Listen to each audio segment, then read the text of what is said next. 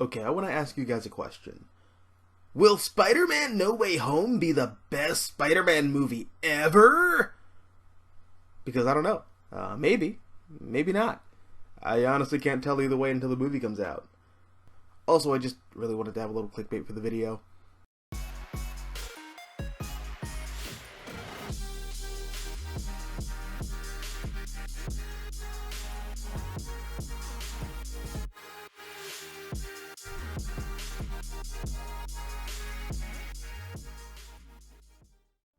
So, the second trailer for Spider-Man No Way Home released a few days ago, and originally, I wasn't interested in watching it. The first trailer did nothing for me, and I just didn't have any initial interest in watching this one. But, because the internet is the internet, avoiding it was like trying to hook up with somebody at an anime convention and not contract some sort of STD. Impossible.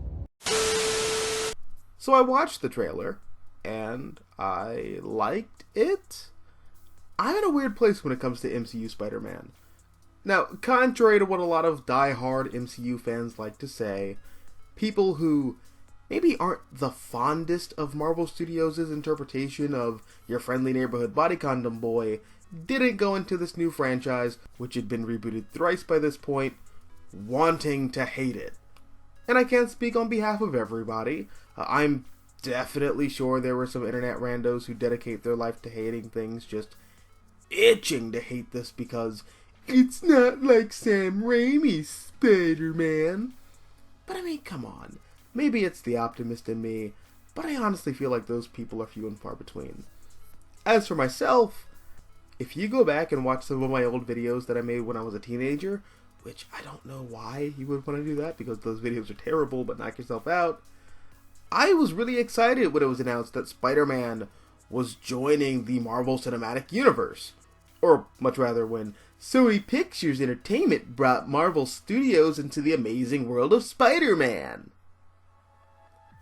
Yeah, I didn't know what the fuck they meant by that either.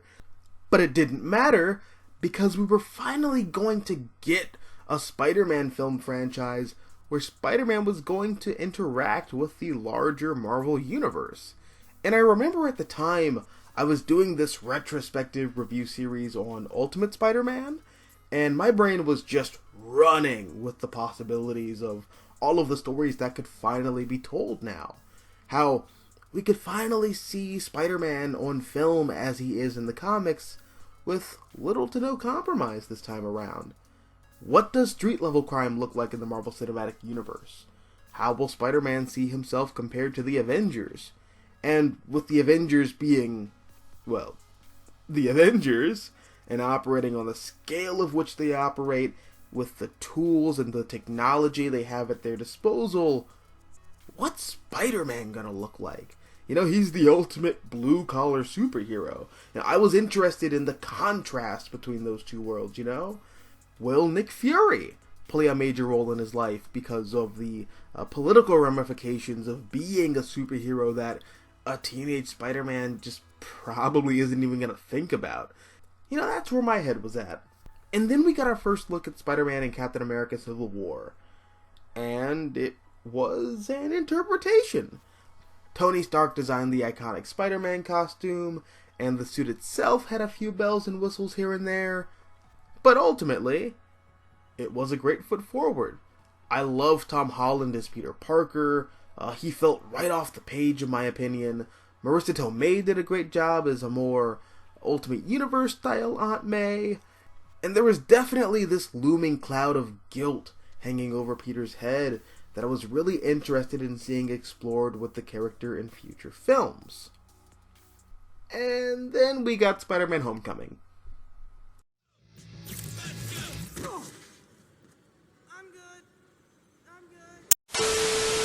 Spider-Man Homecoming is the ultimate monkey's paw. Because on paper, Homecoming checks all of the boxes for what I want out of my ideal Spider-Man film. High school Peter Parker? Check. Street-level villain plot? Check. Peter is put in an impossible situation where his role as Spider-Man benefits the city while screwing him over personally? Check. Ish. Spider-Man not getting along with and ultimately having a falling out with some of the other heroes of the Marvel Universe because they have fundamentally different views on what being a superhero means? Check. Ish. Kinda. But in execution, these ideas are handled in ways that I feel are a bit of a misinterpretation of the character of Spider-Man. All of the high school material felt like it was being romanticized, because Lord knows what we see in that film is far from a realistic high school experience, or at the very least it was far from mine.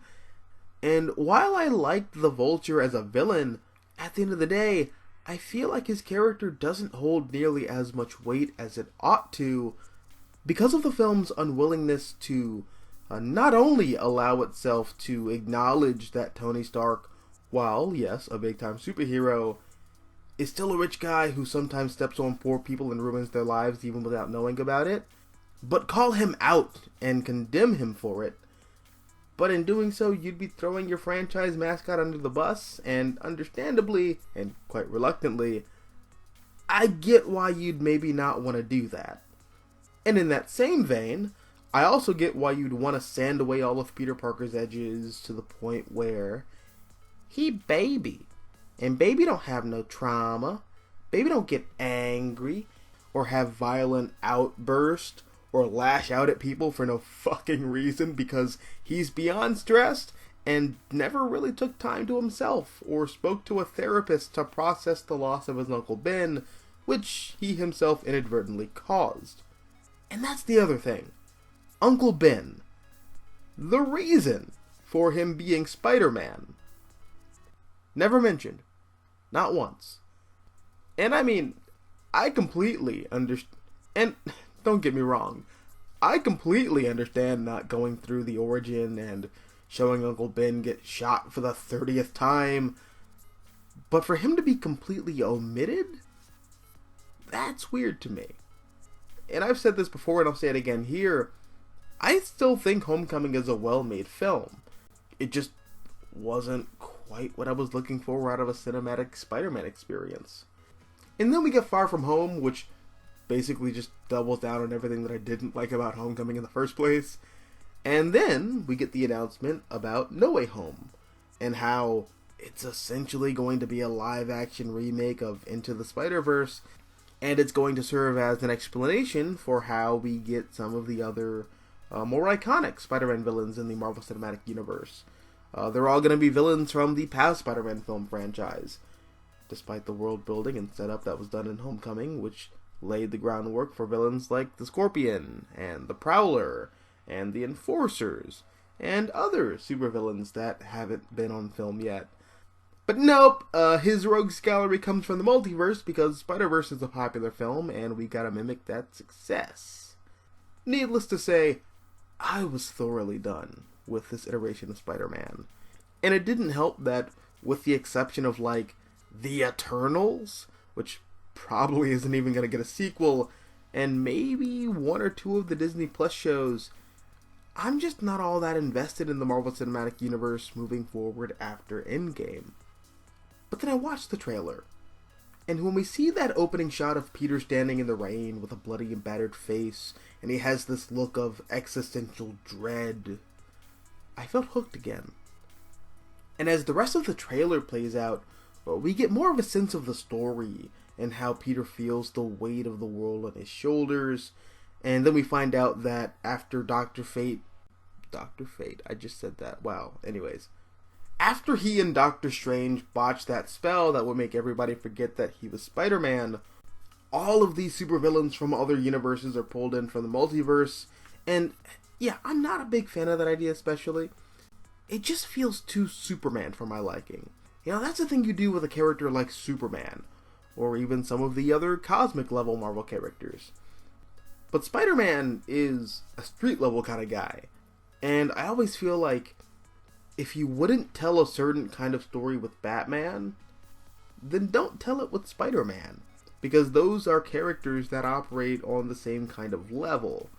So naturally, I'm not fond of the Spider-Verse idea, but I think what Jon Watts is doing with the Spider-Verse idea is potentially interesting. after Peter finds out that all of these villains that make up the Sinister Cinco were all killed by Spider-Man in their universe, which is weird because the Lizard never died. Peter cured him, and I'm pretty sure the cops locked Dr. Connors away in Ravencroft, and Sandman did the whole, "I'm not a bad guy, I just commit violent crimes which sometimes end up killing people because I got a sick daughter. Please feel bad for me." And then he just flew away, so that's weird. Those guys didn't die. But nevertheless, it looks like Peter is bearing the burden of all of these supervillains' deaths, despite not actually being the one who killed them. But because Spider-Man is a character who's built on grief and taking on more responsible than anyone would or should take on, it looks like Peter is going to make things a whole lot worse for the rest of the Marvel Universe because he tried to do the right thing. And it's a little grander in scope than I'd like, but the character, for the first time since Civil War, feels like Spider-Man to me. And it would really fucking suck if this movie came out and I really enjoyed it and it turned out to be Tom Holland's last Spider-Man film. But yeah, anyways, we'll see. I'm more interested in seeing this movie now after watching that trailer. It gives the promise of a darker, more tragic story, which is what I'm all about when it comes to Spider-Man. Those are my favorite kind of Spider-Man stories. But yeah, I hope the film can deliver on the trailer's promise, and with that, what did you think of the second trailer for Spider-Man No Way Home? Are you excited for the movie? What are your thoughts regarding MCU Spider-Man on the whole? Let me know down below in the comment section. Also, if you like this video, hit the like button, share, support the channel, and if you want to see more content like this, all you have to do is subscribe. I'm the Mystical Green Beanie. Thank you for watching, and as always, until next time, adios nachos, adios. Common interest.